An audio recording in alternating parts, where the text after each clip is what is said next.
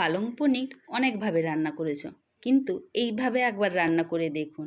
সেদ্ধ করার জন্য পালংগুলো কড়াইতে জল দিয়ে একটু বেকিং সোডা নুন দিয়ে পালং শাকগুলো সেদ্ধ করেছে।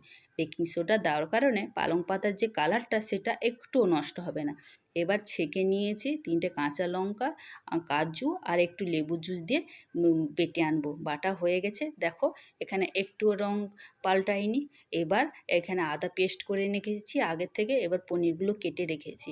এবার কড়াইতে একটু ঘি দিয়ে সাদা তেল দিয়ে লঙ্কা ফোড়ন, এলাচ আর জিরে ফোড়ন দিয়ে দিয়েছি। আবার আদা পেস্টটাও দিয়ে দিচ্ছি, কাটা টমেটোও দিয়ে দিচ্ছি, পরিমাণ মতন লঙ্কার গুঁড়ো, পরিমাণ মতন নুন দিয়ে ভালো করে মশলাটা কষিয়ে নিয়েছি। এবার পালংয়ের পেস্টটা দিয়ে দিচ্ছি, একটুখানি জল দিয়ে নাড়াচাড়া করে পনিরগুলো ছেড়ে দিব। এবার এখানে 2 চামচের মতন চিনি দিয়েছি, উপরে চাইলে তোমরা বাটারও দিতে পারো। এখানে আমি দুধের সর দিয়েছি। এবার মেথি পাতা উপর থেকে ছড়িয়ে দিয়েছি। তৈরি হয়ে গেছে পালং পনির।